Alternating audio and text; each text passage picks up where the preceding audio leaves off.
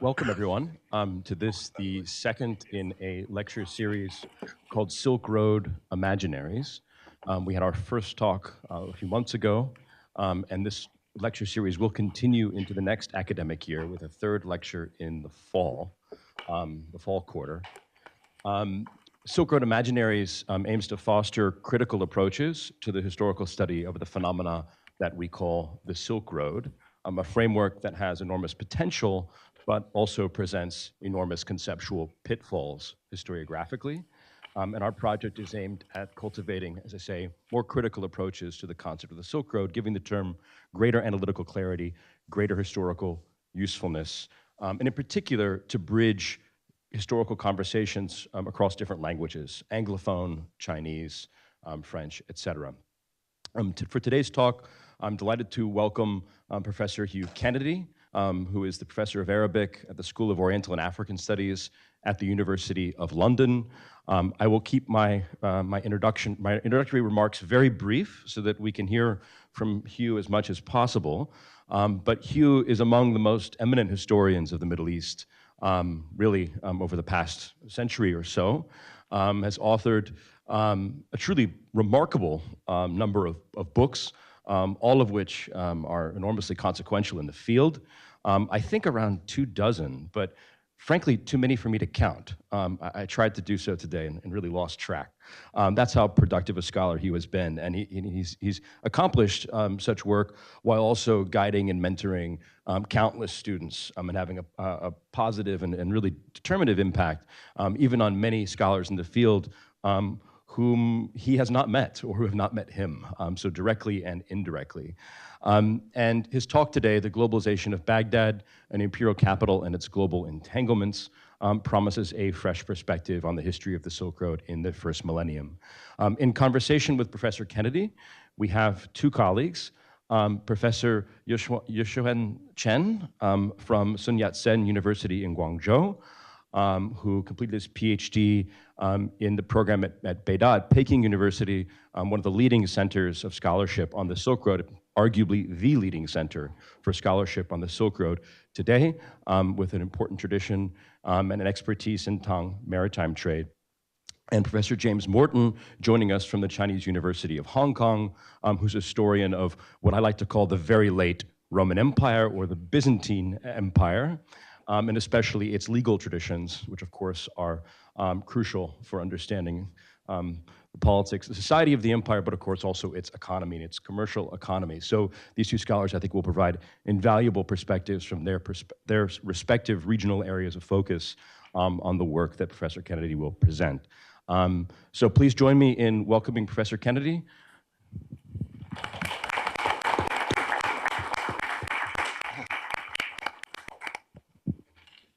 Thank you very much. Can you all hear me? Are we wired up? We're all good? Excellent. Thank you very much for that kind introduction. I'll attempt to live up to at least a bit of it. Now, the subject of the Silk Road has become enormously important and it's the subject of widespread discussion, way beyond the normal academic boundaries and so on. People have seen in the discussion of the Silk Road a way of breaking through the barriers that so often separated the history of China and the history of the Asiatic West, that's Iran, and into Europe and so on. And there was most recently, a large exhibition in London in the British Museum dedicated to the Silk Road with lots of wonderful objects and lots of examples came from here and there. But I'm coming to it from a slightly different point of view. And I'm coming to it from the point of view of an economic historian, because what this massive interest and these new books tend to neglect is the economics of the Silk Road. The economic history of the Silk Road is hardly started. There is a lot of discussion about the transference of ideas and objects, how you can find ideas, you find objects in Scandinavia that obviously relate to objects made at roughly the same time in Korea, for example. This is truly astonishing migration of objects, and to a lesser extent, but still really of ideas. What I found lacking is perhaps the economic basis of this trade. Why are people doing this? What is the driving force that encourages people to make these amazingly long journeys in very perilous and difficult circumstances, and so on and so forth? And now I come to you full of apologies. I mean, because the Silk Road is a real difficult thing to comprehend unless you're a linguist of genius, which I'm not.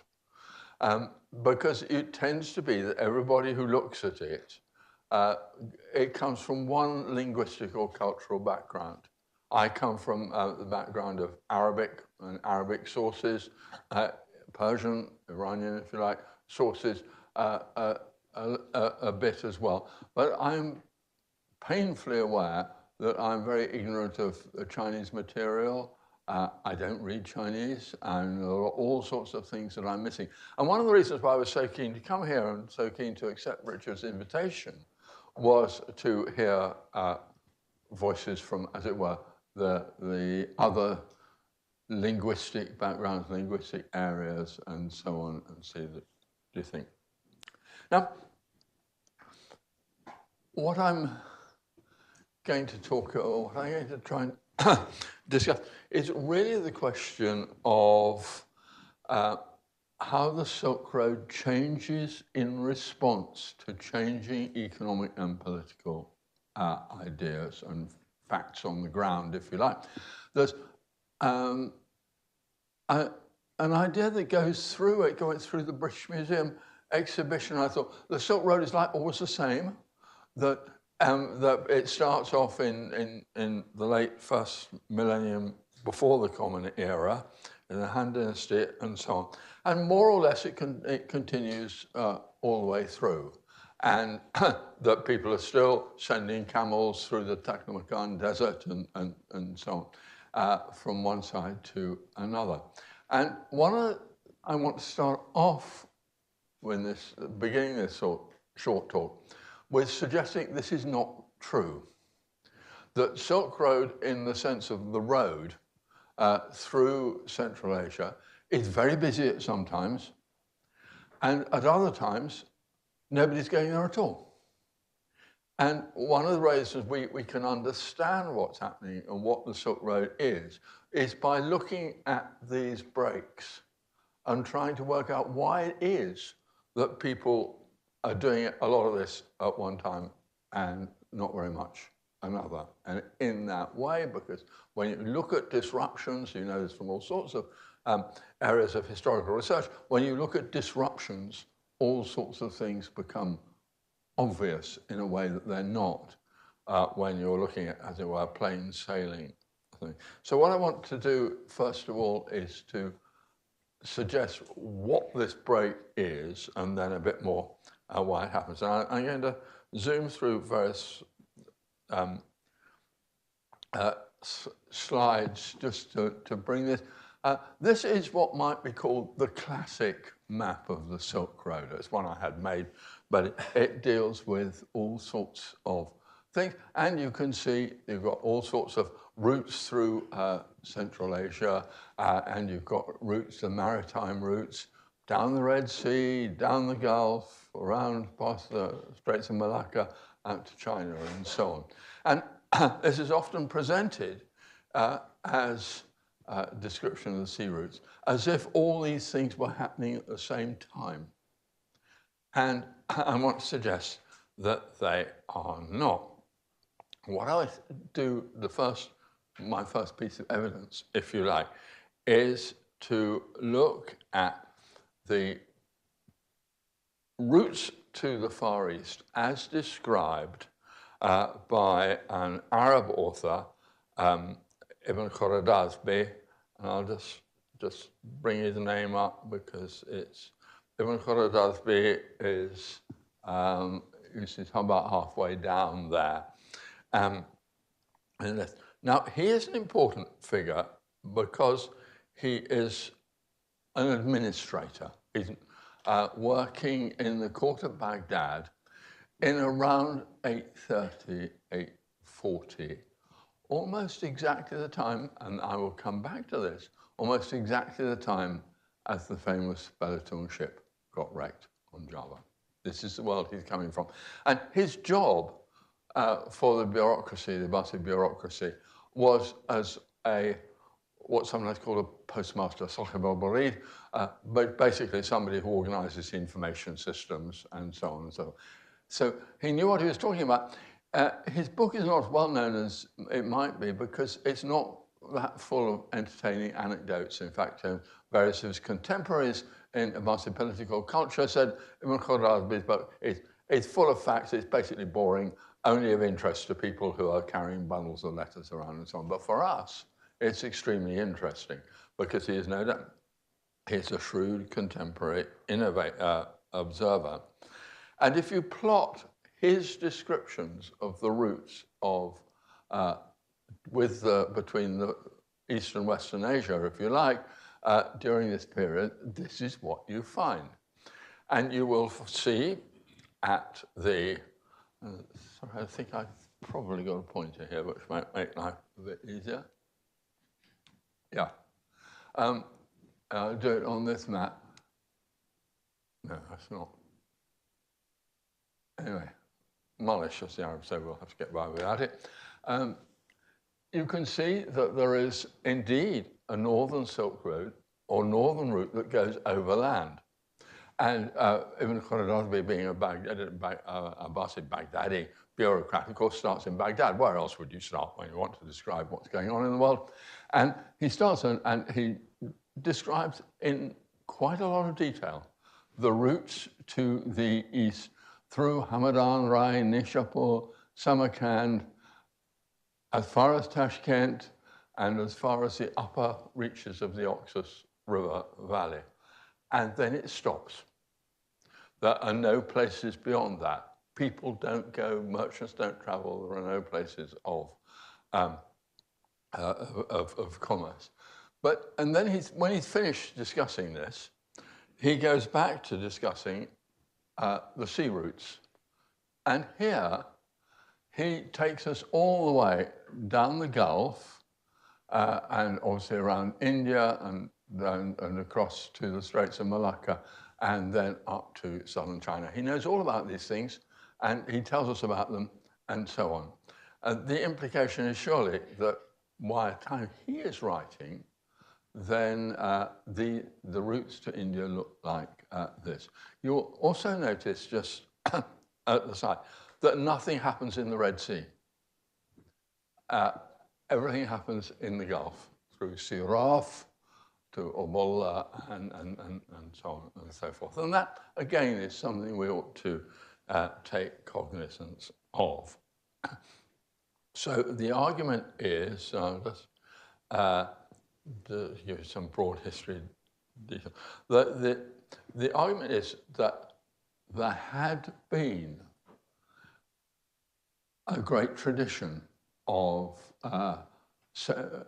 bringing goods, and particularly silk, and silk is a particular interest here, through the overland route from China since before the Tang period, but particularly in the first phase of the Tang Empire, bringing goods. And that suddenly, around the year 750, this stops. And as I said, disruptions are always a good place to begin when you want to find out how systems work. And so why is this disruption occurring?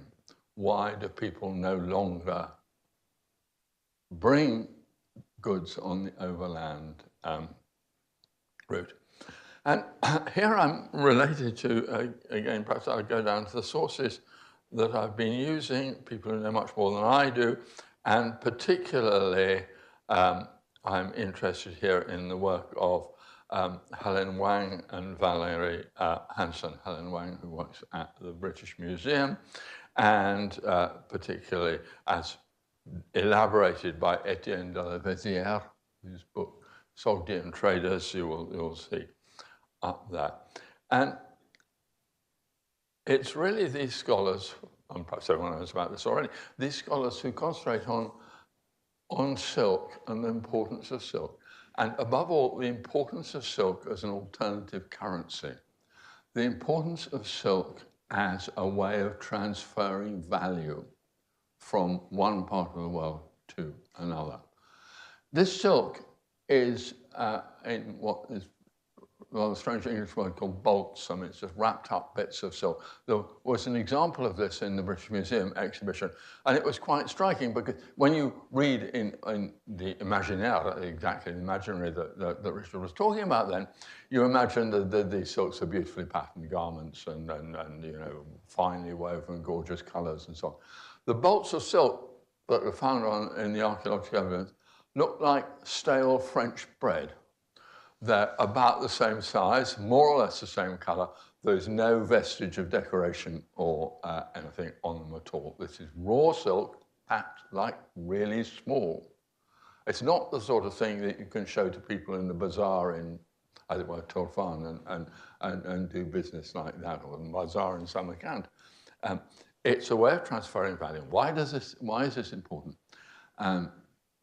Because the Tang, like other early empires, was concerned to secure its frontiers and to make diplomatic contacts. And to do that, it required a transfer of resources from imperial systems to nomads and other neighboring peoples.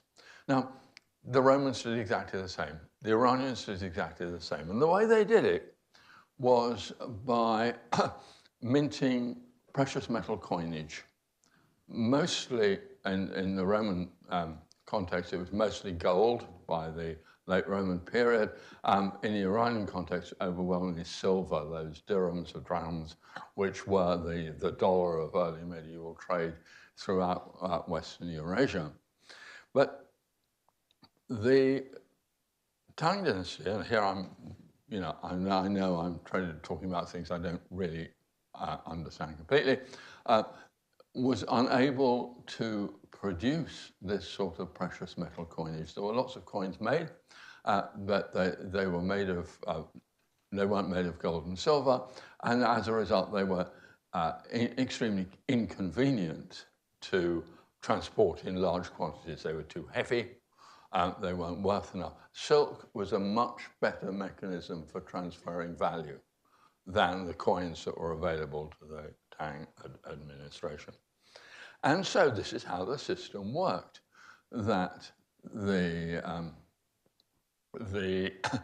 silk was transferred to Central Asia and given to either outsiders as diplomatic gifts or to pay soldiers and administrators in Central Asia. But of course, you can't eat silk. Silk has to be, as it were, broken down into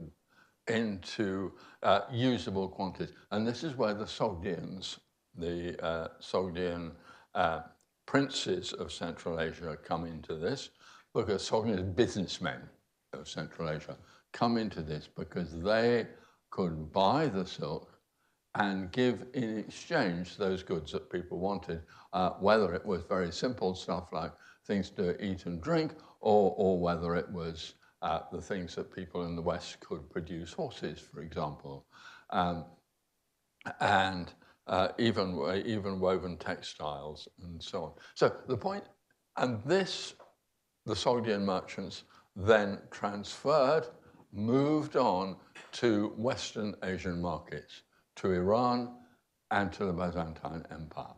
And in fact, what I like to call, say, the classic Silk Road, was a product of quite particular political circumstances. It wasn't, as it were, a natural entrepreneurial trade. It was a trade whose boundaries and objectives were defined by imperial policy. And of course, if that imperial policy changed for whatever reason, why then the whole system might be completely reorientated. And this is what happened in the middle of the 8th century. And it happens because of changes at both ends, as it were, of the Silk Road. And I just draw attention to the tongue end, as it were, because there's nothing I can tell you that's new here. But the An-Lushan rebellion and the disturbances that followed it meant that the tongue system of transferring value, transferring wealth by silk trade to the people on the northwest frontier of the Chinese Empire essentially stopped. And it wasn't, and they were unable, because of all sorts of political problems nearer home, and they were unable to continue this mechanism and so on. So at the tongue end, the things that had generated and made this trade possible were shifted, were changed. But there were also important changes in the West. And here I want to come on to something I'm on, as it were, more familiar and safer ground than I am in the disturbances in the Tang Empire. And I want particularly to draw attention to changing patterns of demand in Western Eurasia. Now, it seems to me to be a problem that we have with early medieval economic history, the economic history, as it were, of the first millennium of the Common Era, and particularly the second half of the first millennium of the Common Era. The discussion of economic history is almost entirely a supply-side discussion. People work on what goods were produced. Isn't it nice? We've got a new way of producing pottery, which is much finer and more elegant than the way we used to do it. And we're cultivating all sorts of crops, which had previously just been very specialist niche products, and they go much wider. As if this happened in a sort of, as it were, an economic, not a vacuum so much, an economic closed circle and so on. What so much this discussion lacks is a proper investigation of the demand side. What do people want and how can they pay for it? And if you're trying to work out how a trade route works, then you have to locate not just the producers, but you have to locate the customers as well. And customers are defined not just because of what they want and so on, but whether they can pay for it or not. And what happens in the mid-8th century, it seems to me, is that the focus of demand changes a great deal in Western Eurasia. What they want is different, where they want it is different, and how they pay for it is different. Perhaps the most obvious thing is the development of sericulture, that's the cultivation of silk and silk, in Western Eurasia, in Iran, and then in the Byzantine Empire and so on during this period. Silk, in fact, no longer has that rarity and distinctiveness that it had when this starts going. There was all sorts of stories which we all know about how silkworms were transferred, were smuggled out of China inside bamboo stems and so on. All these stories are probably untrue as they stand, but they do point out a certain way that people have of looking at things and a certain way in which they understood them. So demand for silk, that's raw silk, in the West is largely replaced. There is also the question of a new imperial power. And the Abbasids and their capital at Baghdad, let's have a go at Baghdad, shall we? The foundation of Baghdad, this is where the globalization of Baghdad in the title comes in, had a profoundly different, had a profound effect. The city of Baghdad, the Abbasid city of Baghdad, we know quite a lot about from literary sources, quite detailed literary sources. who lived in what street, where the book bazaar was, where the water came from. All this sort of stuff is described. But it remains nonetheless an imaginary city. Nothing of any consequence remains of Abbasid Baghdad of the first 2 or 3 centuries after its foundation in 762. There are all sorts of reasons for this. The fragility of the building materials, basically mud, brick and plaster. There was almost no stone employed at all. So you don't get those great, wonderful ruins that you see, for example, in Roman Syria and in Byzantine Syria and so on in Baghdad. But this is not the purpose of this inquiry.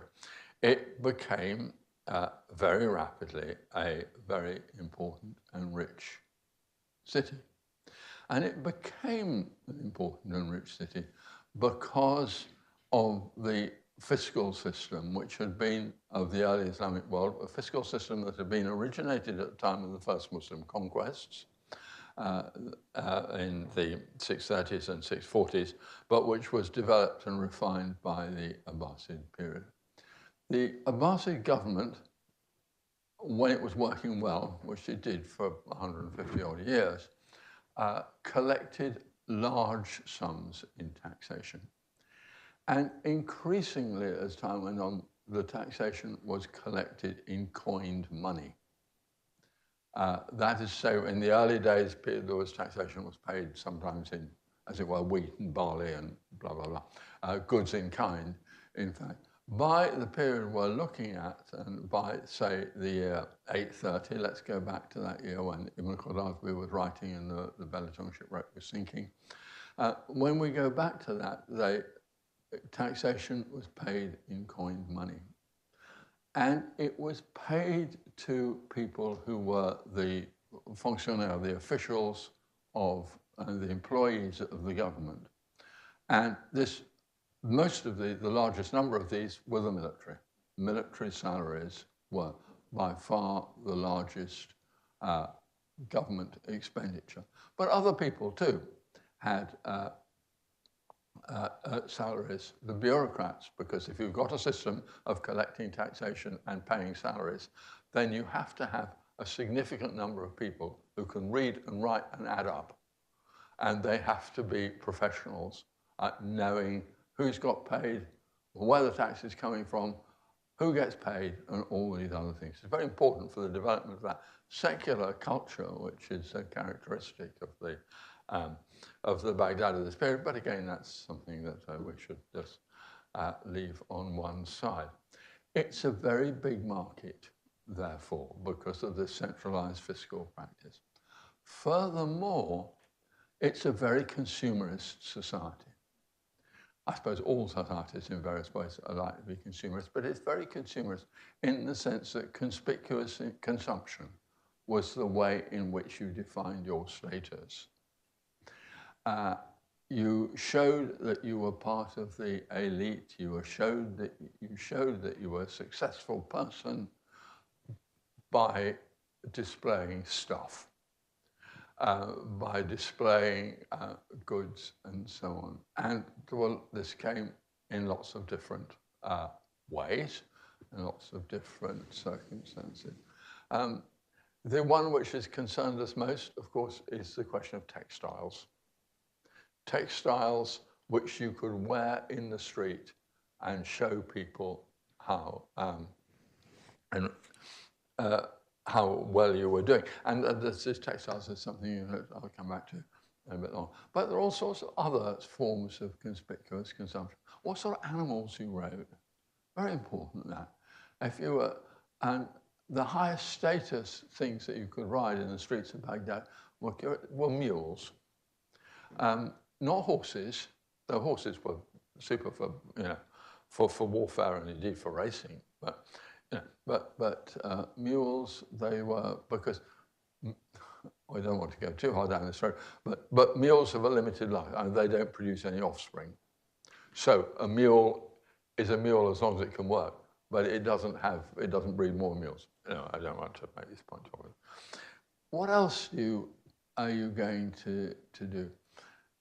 You are going to demand exotic foods. there is a lot of discussion in the Abbasid literature of this period about cookery, and there are quite elaborate cookbooks are written, and you know, some of them still survive down to the present day. And they're basically about what is high-class food, because high-class food is obviously something that is part of your conspicuous consumption. High-class food comes in two ways. Firstly, it's food that takes a lot of preparation. You have to have servants who can work all day in the kitchen making it. And secondly, it has to be concerned with rare and unusual ingredients. Things that come from far, far away, things that are very expensive. You can see where this conversation is leading on to. And so foodstuffs become a big source of demand in Baghdad. And these cookery books are terribly elaborate, and just like the cookery things that you get in Sunday newspapers in many countries, cookery books are not about what you actually do, they're sort of aspirational. They're about what you ought to be doing and what distinguished and discerning people do, rather than actually giving instructions as to what you should do. So there are cookery books. All sorts of other things are sucked in to the demanding markets of this great city.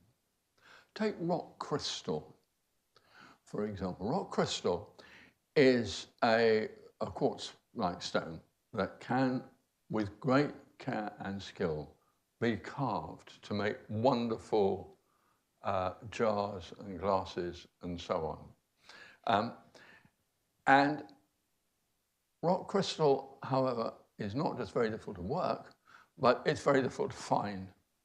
Now, what is clear from recent archaeological evidence is that rock crystal was being imported into the market of Baghdad and later the market of Cairo, and something I'll come to in a minute, from Madagascar.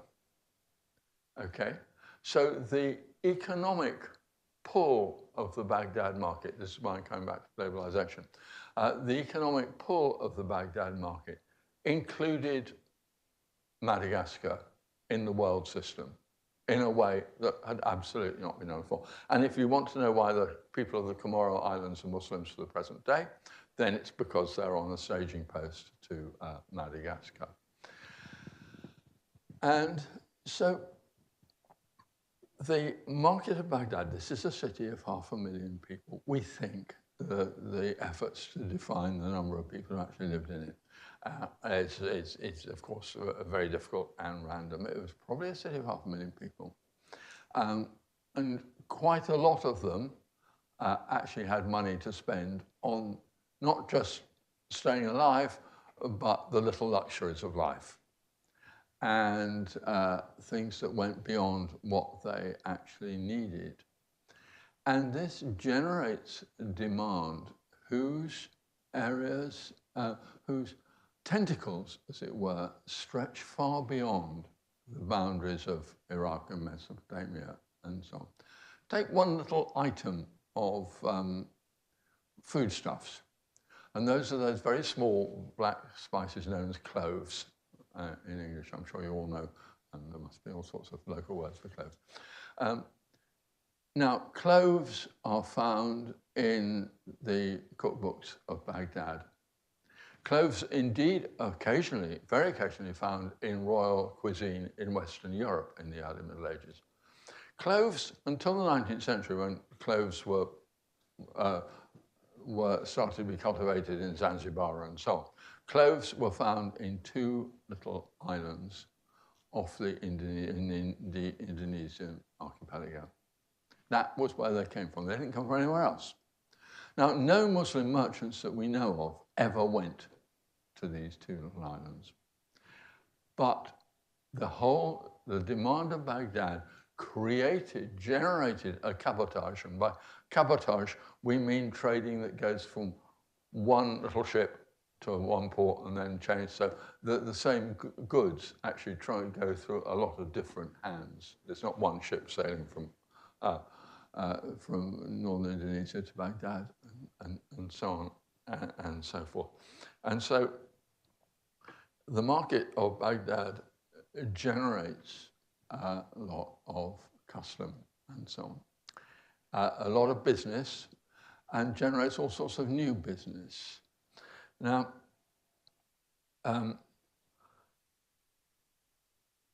Baghdad is situated, well, we all know where, I won't just show another picture, another hypothetical reconstruction of Baghdad, of course, in the, where the rivers Tigris and Euphrates come close together and so on.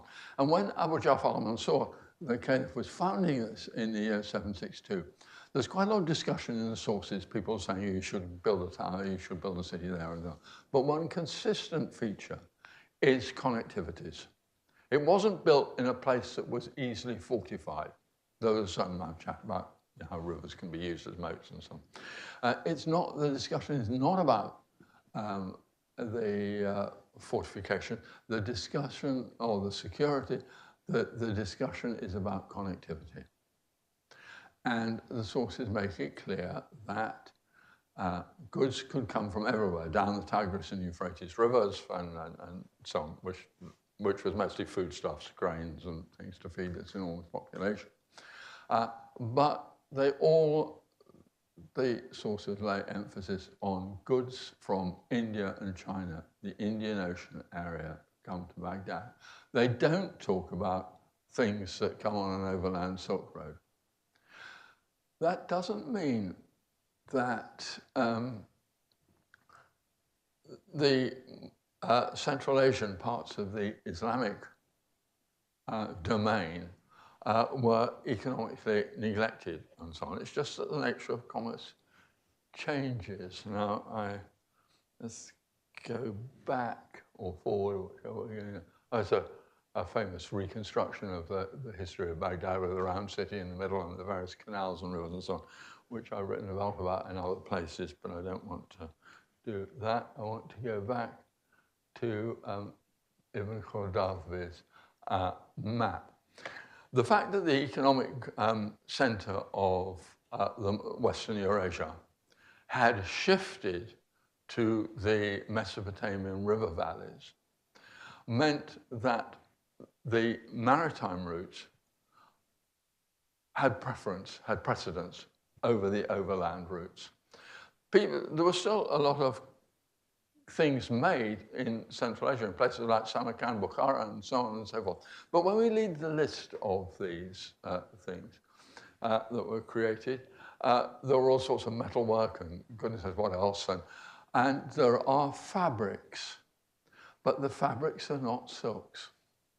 The fabrics are things like wool and felt, that compressed felt that was so valuable and important to keep out the Central Asian cold. Things like furs and the slaves that came along with furs and so on.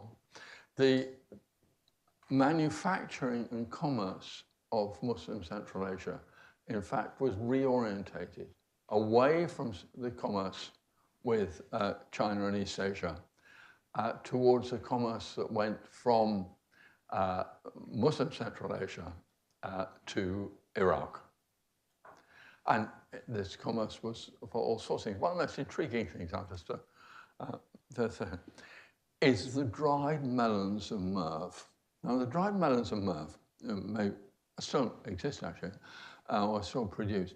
Dried melons of Merv are labeled as one of the great imports to Baghdad from Central Asia. And they are exactly melons that are put in lead caskets and transported from there to feed the foodies and the gourmets of Baghdad, because those melons are just that little bit better than the melons you can grow outside Baghdad. And I draw this to your attention because it's a measure of economic complexity, that goods can be transported very long ways away because they are a little bit better than what you can grow at home. It suggests an ease of transaction, an ease of transport, and it suggests above all that you've got a reliable market for the stuff. And so these little economic indicators are the ways I think we can use these things as a way of getting a handle on economic activity when we don't have the sort of statistics and the sort of graphs and so on that modern economic historians would use. It's these. Anyway, so we have a reorientation of Central Asian trade. Now, that doesn't mean that people didn't do things on, as it were, the classic Silk Road. And here again, I'm treading on the thing. And, you know, all the famous paintings and all the literary treasures of Dunhuang, for example, are 10th, 9th, 10th, 11th century, but they relate to a commerce and connectivity that goes between Dunhuang on the western frontiers of China and, as it were, central China. Things don't go from Dunhuang to Samarkand. They do go from Dunhuang or come to Dunhuang from, as it were, northern China.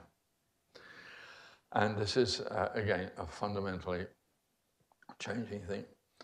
Now, amongst the goods that this complex economy was demanding were ceramics. And here I want to come to Balaton, and I'm sure this is familiar to loads of you. The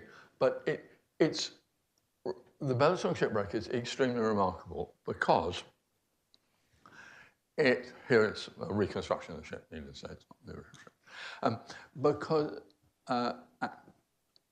Because it illustrates the reality of these sorts of connectivities. Briefly, for those of you who don't know about it, the Balaton shipwreck we know, well, reasonably certain, there's a certain amount of discussion about, was created in the Gulf. It's a sewn boat, held together by string, basically, as opposed to by nails, which is the Mediterranean tradition. And it sank off the coast of Java near a village called Balaton, which is why it's called. And it contained in it some 60,000 pieces of Chinese-made china. And this is staggering when you think of the implications of it. And furthermore, this Chinese-made china, that you find in the Balaton shipwreck was not the sort of goods that were being produced in China for local demand at this stage. It was not what Chinese people were using. It was, I'm tempted to say, cheap and cheerful. It's got these very vivid patterns on it. It's obviously tableware. It's not just sort of, stuff that you grind grain in or anything like that. And it is made in northern China, a long way from the coast, and it's made to cope with a foreign demand, an outside demand, which is strong enough and reliable enough to make it worth producing all this stuff.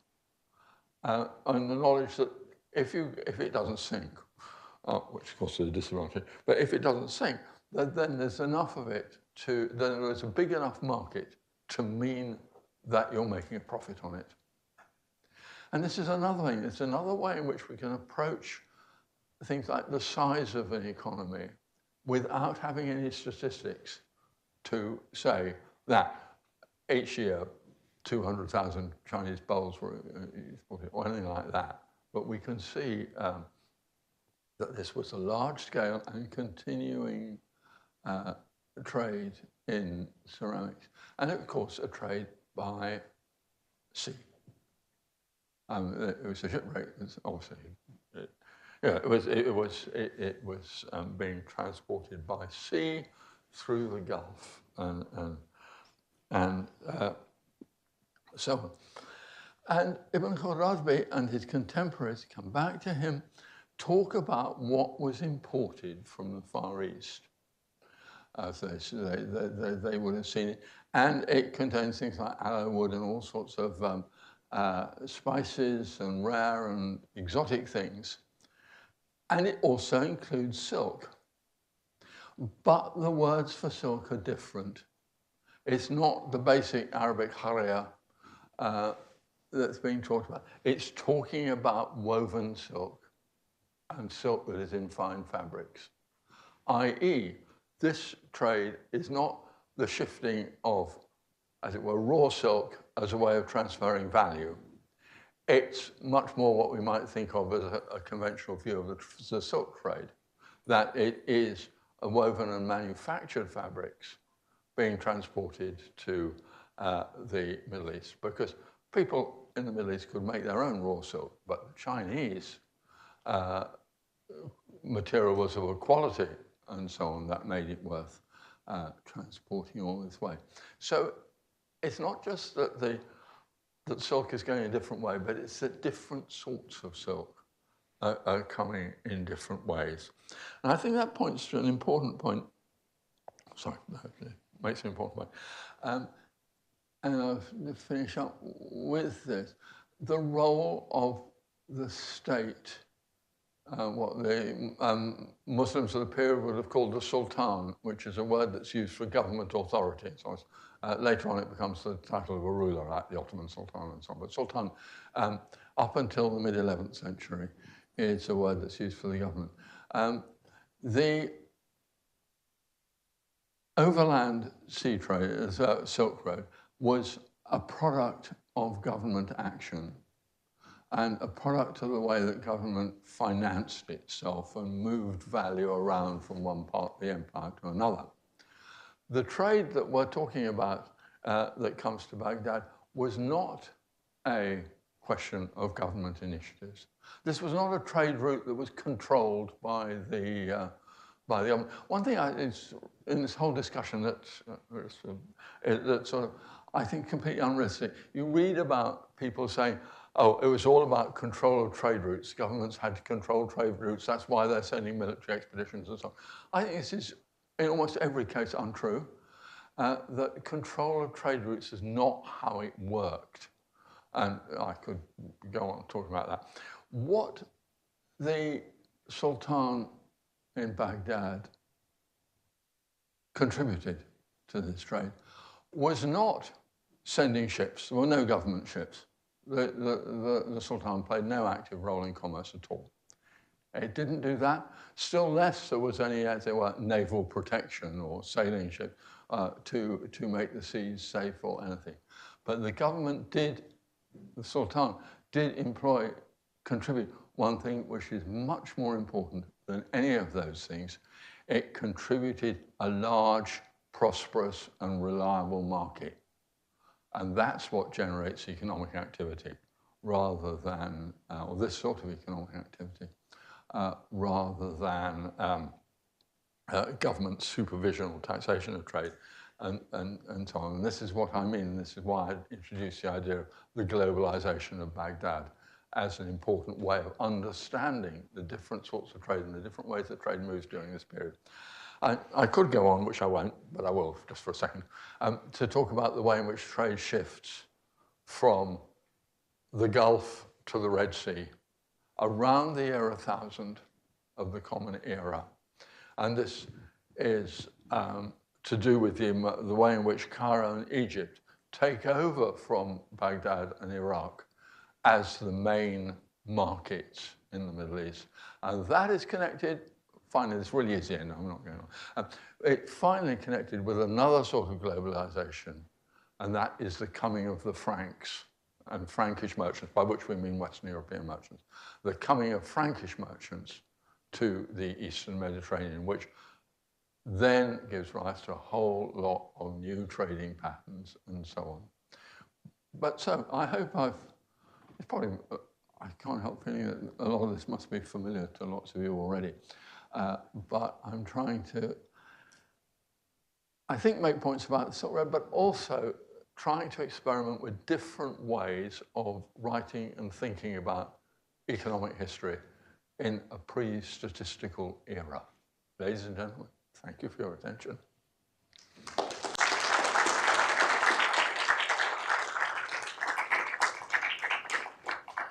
Thank you, Hugh, for this rich, really quite extraordinary account of how the market of Baghdad, with its sort of unprecedented level of consumption and maybe even a proto-consumerist economy, as you say, reshapes global commercial networks in the 8th and 9th century.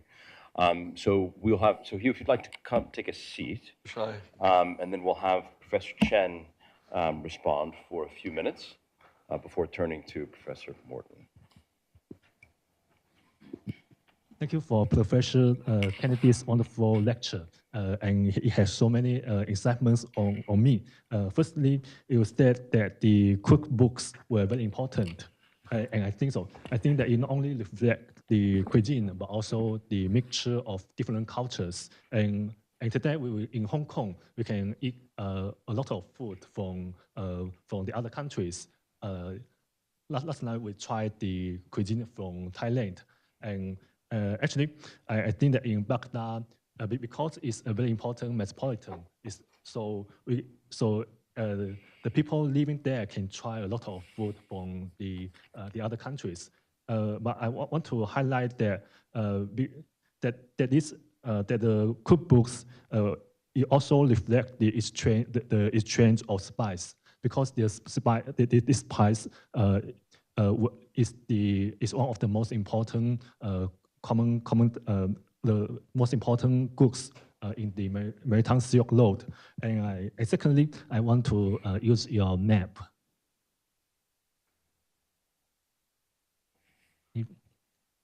This map is very important.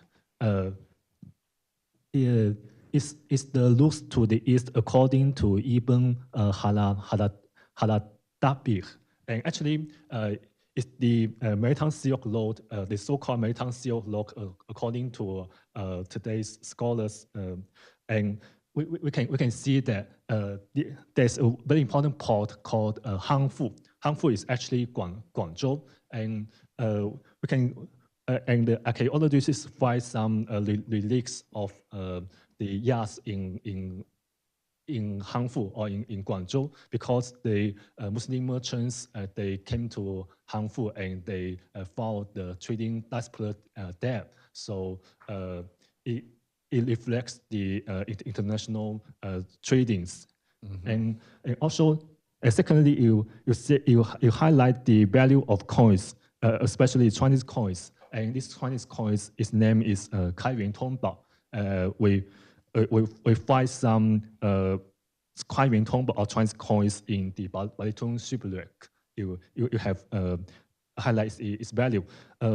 But actually, when archaeologists find these coins, its total number is limited. Only hundreds of Chinese coins in this shipwreck. So I think that its function was not as money, but for personal collection. I don't think that it was money, because at this time, for exchange, the Chinese people will use silk or porcelain or ceramics for the spices or other foreign goods. They didn't use coins for exchange. It's my opinion. And third, you said that the ceramics it was very important, and we have many archaeological evidence in the Balitung shipwrecks. We found that the porcelains in these shipwrecks they are from the Changsha or from Zhejiang or from northern China.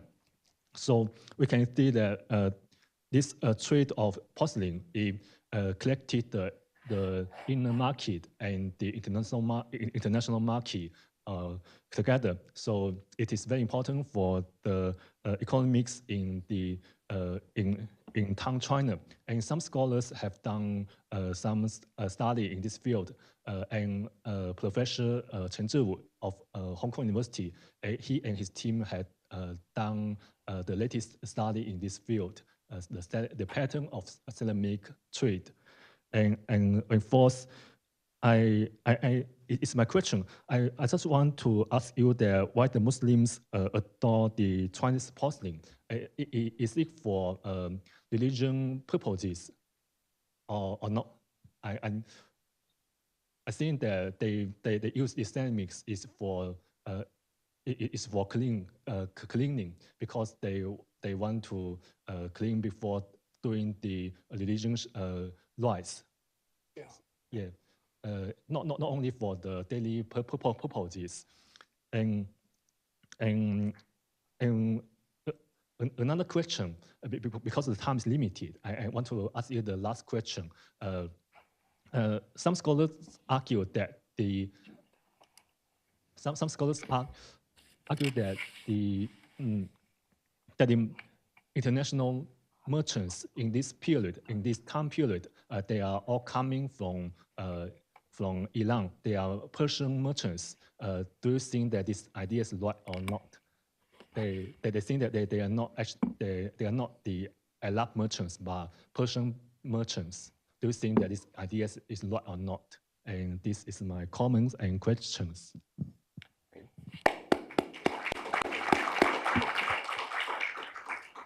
Thank you so much. So I'll have Professor Kennedy respond to you both together. So if James, Professor Morton, you come up and share your thoughts in response to the talk. Hello all. Well, thank you very much, Professor Kennedy, for that fascinating talk.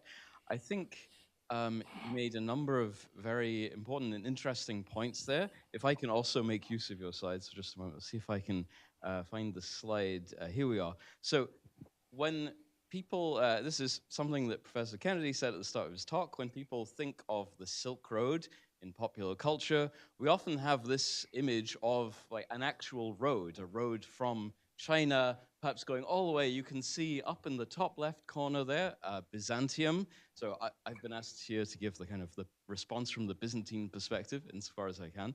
And this can create the impression that it was possible for a merchant to start in China and maybe travel all the way to Byzantium, or start in Byzantium and travel all the way to China. And indeed, this was possible at some points in history. Particularly, we can think of people like Marco Polo, or the Chinese Nestorian Christian monk Rabban Sauma, who ended up in Europe. But it was very much the exception, I think. And I think you made 2 points that are very important about how the Silk Road was actually shaped in practice, how it was kind of contingent in different historical periods on different factors, particularly on the existence of important markets with a high demand for goods from a long way away. So of course, Baghdad, by far and away the standout market in the region, which drew in these various luxury goods and also everyday goods as well. And also market access too is a very important factor. So because I don't have much time and I want to save a little bit of time if possible for questions from the audience, I just want to highlight a couple of things to maybe illustrate these factors from the Byzantine perspective. One I'd like to start with is paper. Now, we often think of the Silk Road in terms of a way that physical goods were transported from east to west or west to east. But it's also often thought of as a way that ideas and technologies were spread. And paper is a good example of a technology that was, in a manner of speaking, spread along the Silk Road. But it was spread exceedingly slowly along the Silk Road. Paper was invented in China probably around about the 1st or the 2nd centuries AD. It, over the following centuries, spread to Central Asia. And then, according to the traditional narrative, in 750, the Islamic Arabs encountered the Tang Chinese in battle, captured some Chinese soldiers and craftsmen, and learned about the art of papermaking from them. In practice, what probably happened actually is that the Arabs just learned about papermaking from the local Central Asian peoples who had already themselves learned about it from China. So by the 8th century, the ability to make paper had spread to the Islamic world, and then it spread on to Byzantium by around about the mid-9th century. Now, there's an interesting thing about what the Byzantines called paper. They did have a Greek word for paper itself, charti, how it was also often known by 2 other names, one of them Vamvikinon, and the other one Vagdatikon. Now, Vamvikinon means from Manbij, which is a town in Syria, and Vagdatikon means from Baghdad. The Byzantines had actually received this technology of paper from China, but they didn't realize it. They actually just assumed that they had received it from Baghdad and from the Islamic Arabs. So this is a kind of an interesting corrective, I think, to the stereotype that things just flowed east to west as they were along a continuous road, whereas in reality we're dealing more with various different indirectly connected and indirectly integrated markets. The other thing I just want to finish on briefly before we go to the questions and answers is that Constantinople, the capital of the Byzantine Empire, which I do my research on, again, it has the stereotype of being an incredibly wealthy trading city, trading hub that received these luxury goods like silk, spices, and so on from the East, where Italian merchants could then come and purchase them and trade them on into Europe.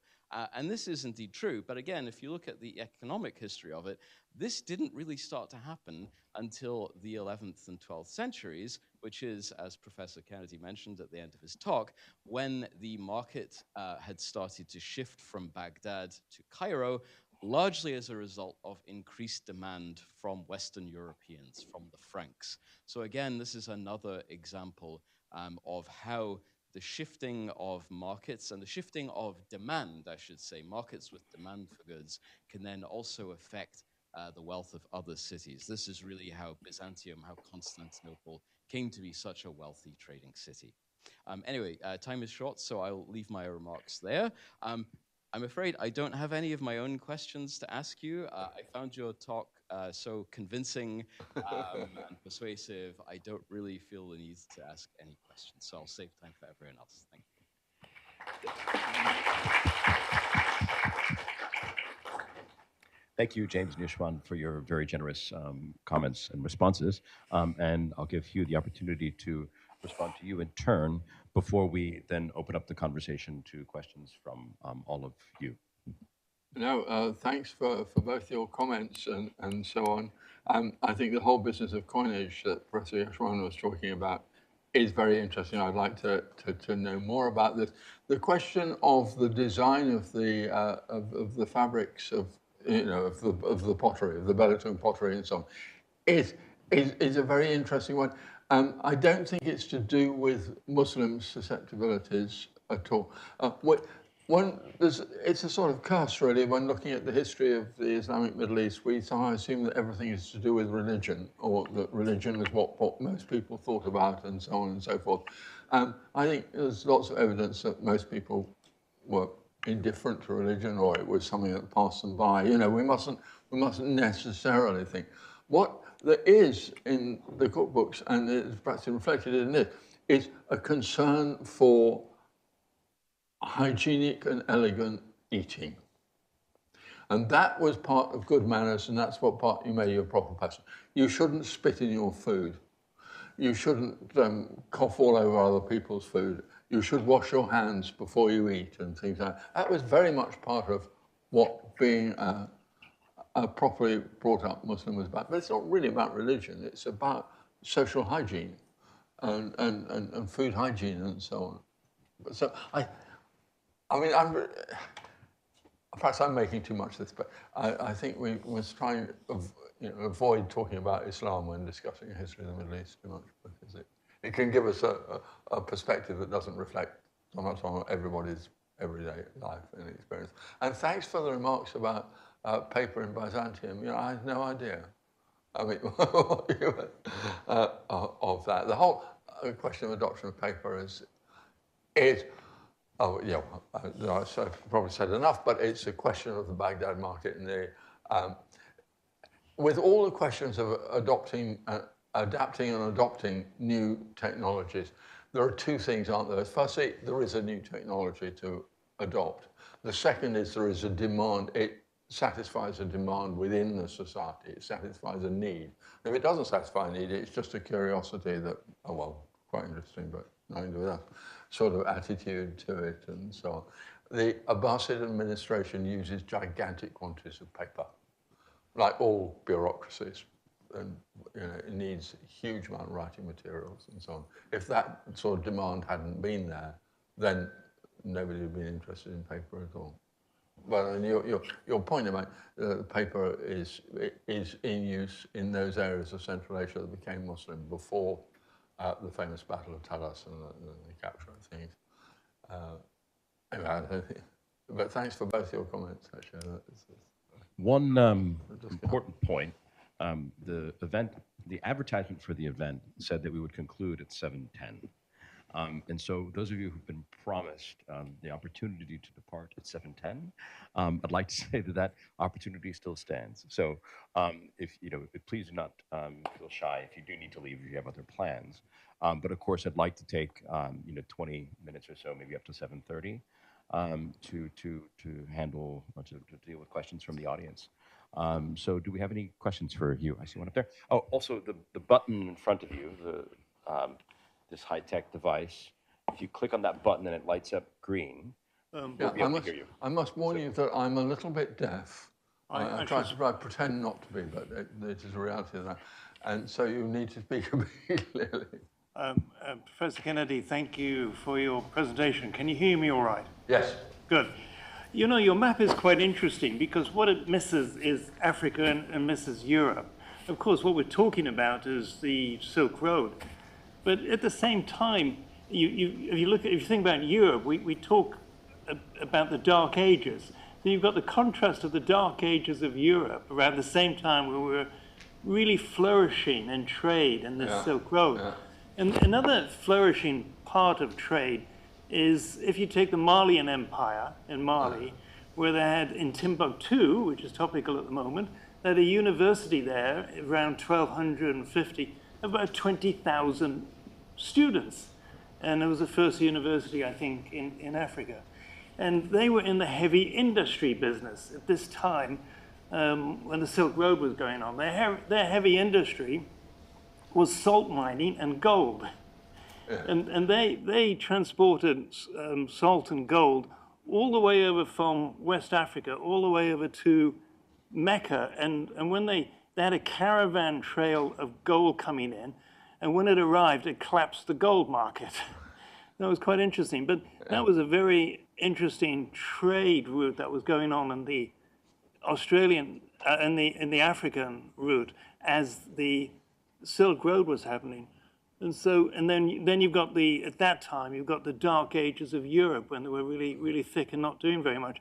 And it took a few hundred years more before they started getting in on the trade route, 12, 13, 14, 1500s. And so I have one question. How do you compare the trading city of Baghdad, say, to the trading city of Mecca or Cairo? And then before you answer that question, I just bring us forward to today in Hong Kong, because as I'm sure you know, we in Hong Kong are very interested in Baghdadi trade because we have a lot of Jewish recent immigrants from Baghdad who went from Baghdad to Bombay to China to Shanghai, then Shanghai to Hong Kong. And of course, the Sassoon family, Kadoorie families, which are still very relevant today in Hong Kong. So it's very interesting topical subject. But getting back to the question of Cairo, Mecca, Baghdad, they were all great trading cities. How would you compare those three? Well, you've got some very interesting points.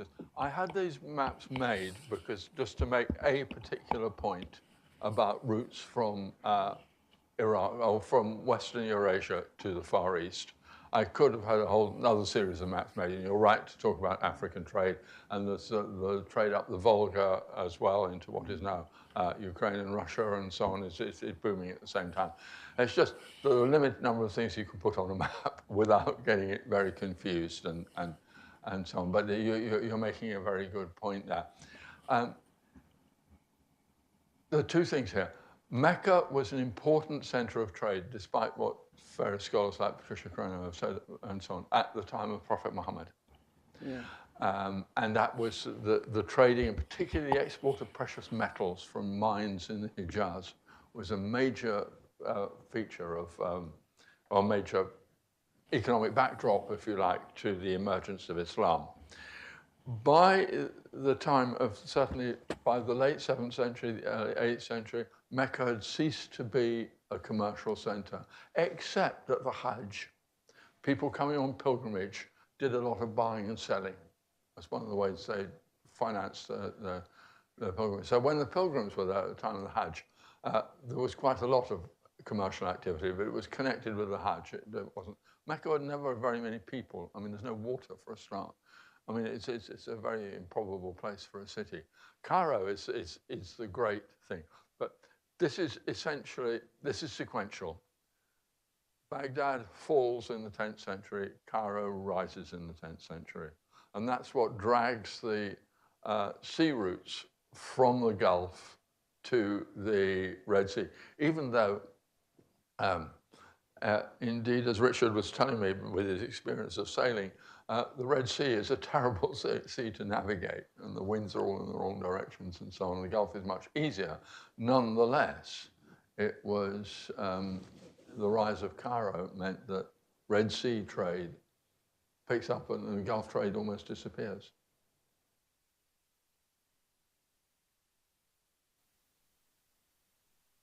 Yes. Thank you so much for your talk. I just have a comment for this map. So you said you had it made. Yeah. And I noticed that there's only one Chinese city there, but even Khordaddi actually mentions more cities, I think almost 4, Guangzhou, Yangzhou, Hangzhou, and Chenzhou, and even talks about Korea. He's the first non-Eastern person to mention Korea. And regarding to this, I don't know if you know about in this book, he talks about this place, Al-Wak Wak. Yes. And there is a debate whether if it's Madagascar or Japan. And do you have an opinion of this? So the point here is that in the old times, they didn't see the world like we have our maps now. And the whole area of this Indian Ocean was kind of pressed together. And if you went to the east, either following the Asian coast or the African coast, they had this idea that somehow in the end you ended up in a place which is Wak Wak. And do you have any?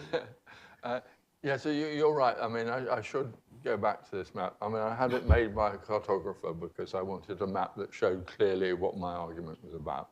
So it is a bit simplified, and I should go back and ask him to add a few more places and so on from Ibn Khaldun. And you're absolutely right. Wak Wak is fascinating. I had a Korean research student once who was working with me who spent most of his thesis trying to prove that Wak Wak was in fact Korea. And, you know, but other people exactly say that it's Madagascar, and you know the whole subject is just completely confused on what they thought was going on here. I really don't know. But you know, the Indian Ocean, of course, becomes a realm of fantasy as well. I mean, the whole Sinbad the Sailor literature that comes in the Arabian Nights is really fantasies on Indian Ocean trade. And Sinbad the Sailor doesn't go to the Mediterranean. It is all the wonders of India and the Indian trade and so on. What William Dalrymple in a recent book has called the Indosphere and so on. It's just, and that's something we haven't really talked about. Thank you. But anyway, thanks for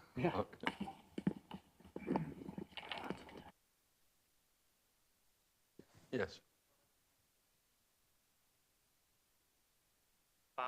Before the Baghdad, it has some have some cities play the role as same as the Baghdad before the Baghdad founded. Yeah, that's a good point. What happens before Baghdad is founded? I think there are two things going on here.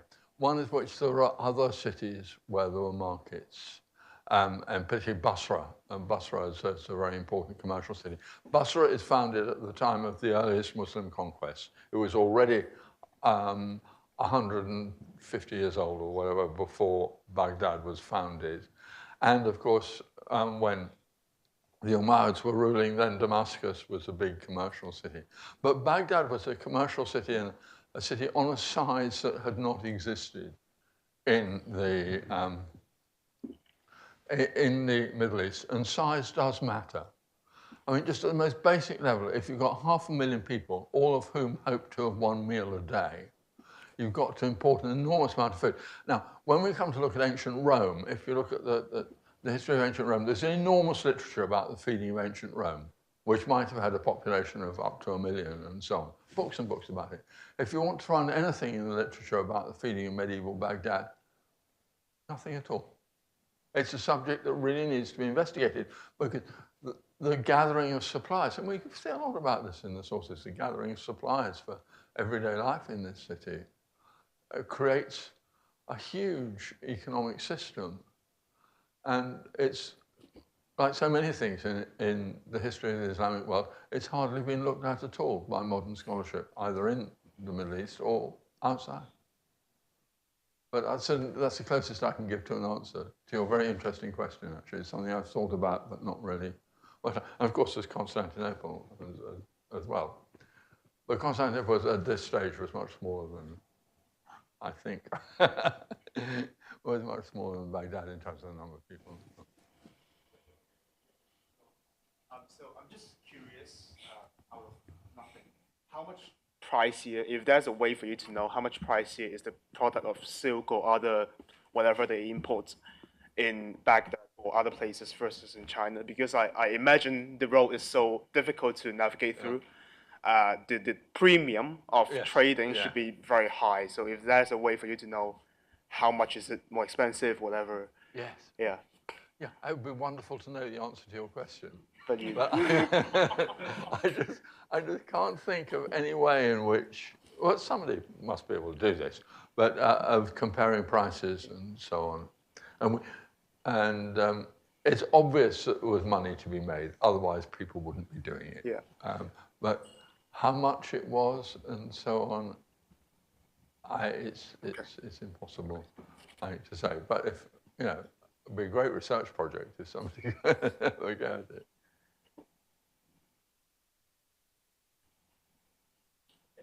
I have a question. How do you see the rise, quote unquote, the rise of BRICS countries and resuscitation of some of the Silk Road, Central Asian infrastructure, with respect to the old, that is, how much Republicans what's going on these days? I think it has a relevance. I mean, the ancient Silk Road wasn't constructed in any sort of way. I mean, it was just, you know, a track through the sand dunes and so on. There was no such road. But I think that the general point is absolutely relevant. I mean, these things work if people are producing and there is a demand. And there is a demand in Western Eurasia for things that are produced in China. I mean, see, every time you look out the window, you see another enormous ship going by full of manufactured goods and so on. And that's what, much more than government action, I think. Maybe this is coming from a particular point of view, but economic demand is much more important than government action in terms of generating trade. And the governments can wish that there was more trade and so on, but as the British government finds repeatedly, it's very difficult. By wishing for higher production and so on doesn't actually mean it happens. But it's the market demand. But I'm taking and arguing, as it were, a very particular point of view here. There's a lot of discussion, particularly actually in Byzantine history, and I'm not saying that James is doing this, and Roman history of the sort of command economy and so on, where the government is all powerful.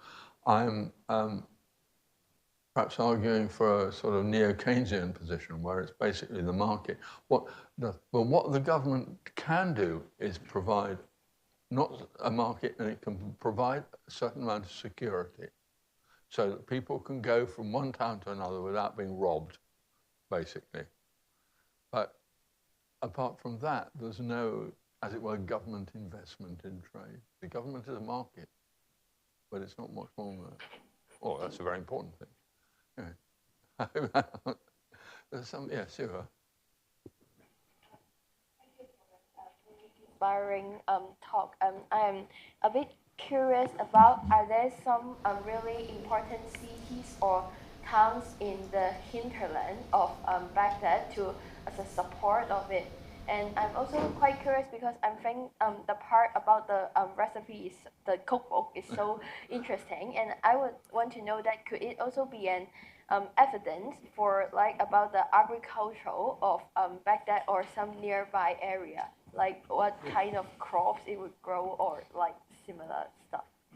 Yes, and you've got a very important point there, and I've written quite a lot about this, about the effect that Baghdad has on the local economy, what you're talking about, the villages and so on, in the hinterland, and the agriculture. I think this is, I didn't really have time to, talk about that today, but it does, the market of Baghdad transforms the agricultural landscape of Iraq, northern Iraq and Syria, because it means there is a market for grain, and this grain is grown in what we call the Syrian-Iraqi Jazeera. That's those parts of northern Syria, northern Iraq, up against the Turkish border, where there is sufficient rainfall and irrigation possibilities and so on.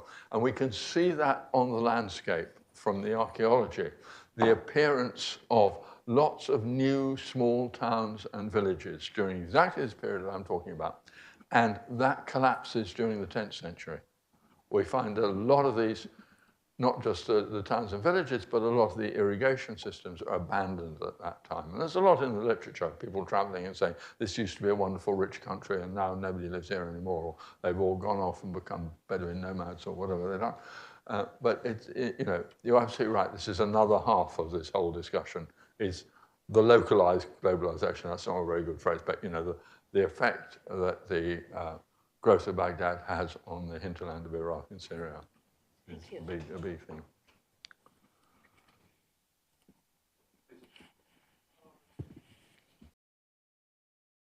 My question is, are there any flow of people or migration activities over this overland sea route in the period between Baghdad and to China, through different port cities, besides overland trade? I mean, yeah, that's an interesting question, and I don't think, it seems to me, just from the accounts we have, that there is not a great movement of people.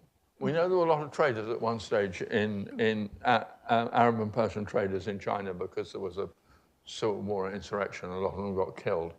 But there's no impression, I think, that they were settling there. I think on the overland sea route, you do get things like Sogdian cults in northern China and so on. But I don't think we're talking about migration of people. I think we're talking about... Yeah, because there is a, should I say, foreign religion from, I remember it should be from Constantinople, yes. Talking about a religion from Central Asia and then back then to China, and then there is a temple, should be Christian religion in Canton. So I'm not so sure if they are migrating from that particular route, overland route, to all the way up then to the Canton city, or so. Yeah. I don't know the answer to your question.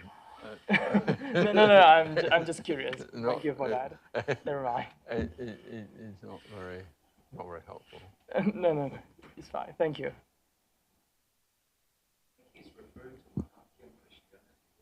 Yes, you do get. Found its way to Chaman, which is now Siam. Yes. Which is that's a land route. Right. Yes, I remember reading something about that, but I haven't really sort of studied it in great detail, and that was during the Tang period, presumably. Yes. Yeah. Yes. But I'm saying other people know much more about this. And the Muslim religion would have reached Quanzhou or Zaitung, which is the name that they used in Fujian province. Right. Yes, that's why you have mosques there. Yes, so I think you're referring to two different religions, Nestorian Christianity and also Manichaeism as well, which Marco Polo famously, in his travels, remarks upon a group of hidden Christians in Fujian who actually turn out to be Manichaeans that he apparently mistook for Christians. Well, maybe two quick questions. Well, I think we could do three quick questions. If you don't mind, we take them all together and allow you to respond once, just because I want to give everyone the chance to voice their ideas, but also be respectful of time. Okay, we can even do four. But all in a row, and I'll have you respond to them all, and I'll help you keep track of the questions as well. So there was, right behind you, in the white, you had your hand up a moment ago. Really quick question. It's not really related to the content, but I wanted to know, because you said you don't read Chinese, you can't read Chinese sources, but I really wanted to know if you could, after reading the Arabic sources, have you seen any different ideas projected in the English sources and the Arabic sources, or are they basically the same ideas? That's. Sorry. I'll take this one. Oh yeah. Okay. Let's. Yeah. Sorry. Yes, you please. and I'll do it. Elaborate a bit more on the way religion might have shaped commodities and the demand and the trade, especially in Baghdad or cities around that. Because usually when we think of the Silk Road, we usually talk about Buddhism, which isn't from Baghdad. So I was kind of curious if you could elaborate on that. Great. And then over here. Sure. Please. Yeah. So thank you very much for your talk. This was very enlightening. This gentleman brought up something that made me think about parallels between the situation and where we are now. Particularly, I guess the question is there evidence that Baghdad was aware that Cairo, the trade hub, was moving towards Cairo? And if so, was there some government or other action taken to try to prevent that? A bit similar to the situation now where the US is a net importer, but has certain kind of influence over global trade by way of the US dollar and SWIFT, I would say. Yeah. And in a way, China is now a net exporter. And there's, of course, this conflict going on for the US to prevent the centrality of trade to shift east. Yeah. And then finally, sir.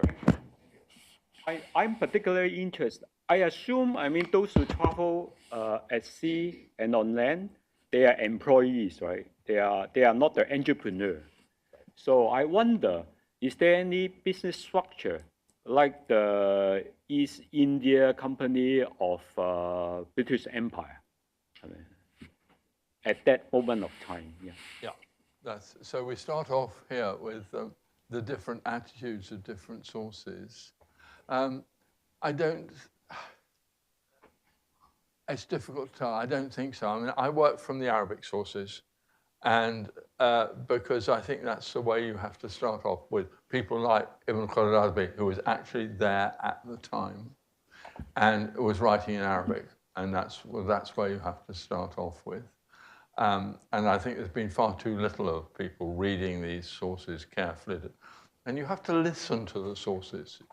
And it's, rather than, I often feel that the people read these ancient Arab sources and other things in order to ask certain questions, want to know the answers to how many people did this and so on and so forth. You're much better off listening to the sources and listening to what they want to talk about. And then that will point you. And I think that's what I've been trying to do with Ibn Khaldun. What does he want to say about trade? And then you can start to build from that. You can start to build your other structures in different languages and so on. Now, you were talking about religion, weren't you? And it's difficult to see. It's all a question a bit of I think, of the attitudes of the researcher. There is a long tradition in Islamic studies of thinking that discussion of religion and the hadiths of Prophet Muhammad and so on, this is really what Islamic studies is about, and the origins of Islamic law, which are all interesting things. I come perhaps from a more secular background, and I'm interested in I'm interested in relating the economic history of the Silk Road and the economic history of the Middle East to economic history elsewhere. I mean, a sort of globalization of knowledge, if you like, that, rather than singling out it as particularly Islamic. But this comes across to the question is from you, wasn't it, about the organization of trade and so on. The answer is no. There are no organizations. We don't have any guilds like you get in Western Europe. We don't get any joint companies of people. What we do get is people investing in voyages. And we know mostly about, of course, from the Caragoniza, which is slightly later and mostly based in Egypt. It's slightly later. But these seem to be mostly for individual voyages. There will be somebody who puts up money to build a ship, and then somebody else finds money to pay the people to work on the ship and so on. But there's not much more overall structure to it than that. There's no real capitalism, if you see what I mean, in the sense of providing capital which generates economic activity in that way. It's much more informal, and I think entrepreneur? Yes, partnership of entrepreneurs, yes, exactly. Yeah, okay. And there's a lot of, why don't we get a ship together and go, and yeah, I think that's how it works. But the trouble is that we have very little information about that until we get to the Caragoniza, which is, 11th and 12th century. And then we get a lot of information, which has been about partnerships, how partnerships work, and how partnerships don't work, and what disasters and problems happen. Please excuse me for intervening at this stage, Hugh, but I want to be respectful of our audience's time. There was one more question about over 7:30. Okay, if you want to respond very quickly, that would actually. Yeah, I'll be quicker. Did people in Baghdad know that Cairo was, as it were, taking over? They may have known it, but they didn't do anything about it, or they didn't feel they could do anything about it. Early Islamic states have no economic policy in the way that we would understand economic policy. They have policy of making more money out of taxation because, why not? It's all a good thing. But in the sense of an economic policy, it's difficult to see that. And they were aware that Cairo was becoming richer because people were leaving Baghdad the whole time. We know lots of their names and so on. And people making fine pottery, lusterware pottery, were leaving Baghdad and going to business in Egypt because that's where the trade was, that's where the market was. But the government didn't feel it anyway to stop them. There were very few restrictions on personal movement in the early days. If people found the better job opportunities in Egypt than there were in Iraq, why didn't they win? Please join me in thanking Professor Hugh.